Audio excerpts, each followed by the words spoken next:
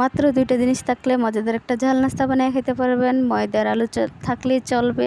Hello guys, আসসালামু আলাইকুম। কেমন আছেন? আশা করি ভালো আছেন। আলহামদুলিল্লাহ, আল্লাহর রহমতে আমি অনেক ভালো আছি। তাই আবার একটা নতুন ভিডিও নিয়ে চলে আসলাম, আপনাদের সাথে শেয়ার করব আমি সন্ধ্যায় আজকে কী নাস্তা বানাইলাম। মজাদার একটা ঝাল নাস্তা বানাবো, সেটাই আপনাদের সাথে শেয়ার করব। অবশ্যই ফুল ভিডিওটা দেখবেন, না টেনে। ভালো লাগলে একটা লাইক দিবেন, একটা সুন্দর একটা কমেন্ট করবেন। আমার আজকে সন্ধ্যায় এত পরিমাণ ঝাল নাস্তা খাইতে ইচ্ছে করছে যে কী দিয়ে বানাবো চিন্তা করতেছি।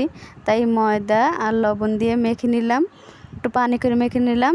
এবার দুপুরে ভাত খাওয়ার পরে কিছুটা ভর্তা বেছে দিলেও এটা ফ্রিজে রেখে দিয়েছিলাম, সেটাই কাজে লাগিয়ে দিলাম। এখন এই ছটপট এই দুইটা জিনিস দিয়ে ঝাল একটা নাস্তা বানিয়ে খেয়ে নেবো। রুটি বেলন লাগবে না, কাইকরণ লাগবে না, কোনো ঝামেলা লাগবে না।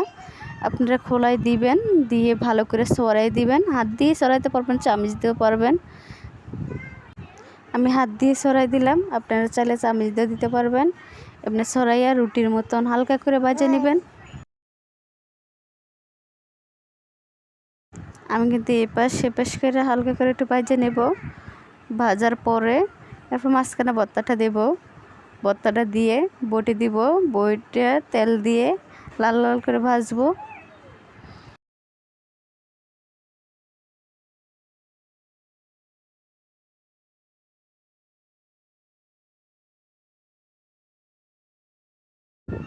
আমি বলেন ভর্তা বলেন আর ভাজি বলেন, খাওয়ার পরে যেটা বাঁচে এটা কিন্তু আমি কাজে লাগাই দিই সন্ধ্যায়। আমার মতন কে কে কাজে লাগাই দেন? আমি কিন্তু এইভাবেই সন্ধ্যা নাস্তা বানাইলাই। না ভাজি থাকুক আর আলুর ভর্তা থাকুক আর যেটাই থাকুক, সেটা আমি চাপটির মতন রুটি বানার ঝামেলা করি না সন্ধ্যায়। এইভাবে চাপটির মতন আলু ময়দাটা গুল্লা নেই, গুল্লা খোলায় দিয়ে ভালো করে সরিয়ে নিই পাতলা কইরা। তারপরে মাঝখানে ভর্তা বলেন ভাজি বলেন দিয়ে বইটে তেল দিয়ে ভাজা নেই মুচমুচা কইরা। এটা কিন্তু একটা মজার খাবার। কে কে আমার মতন এভাবে করে খান অবশ্যই কমেন্ট করে জানাবেন। আর আমার ভিডিও যদি ভালো লাগে, আমি আবার বলতেছি, একটা লাইক দিবেন, সুন্দর একটা কমেন্ট করবেন, আমার পাশে থাকবেন, আমিও আপনাদের পাশে থাকবো।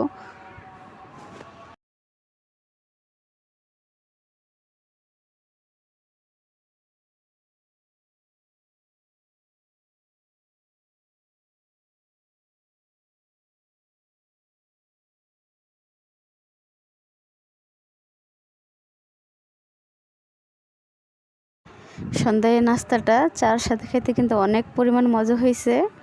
আমার আজকের ভিডিওটা এই পর্যন্তই। সবার ভালো লাগলে একটা লাইক দিবেন, আর সবাই ভালো থাকবেন, সুস্থ থাকবেন। আল্লাহ হাফেজ।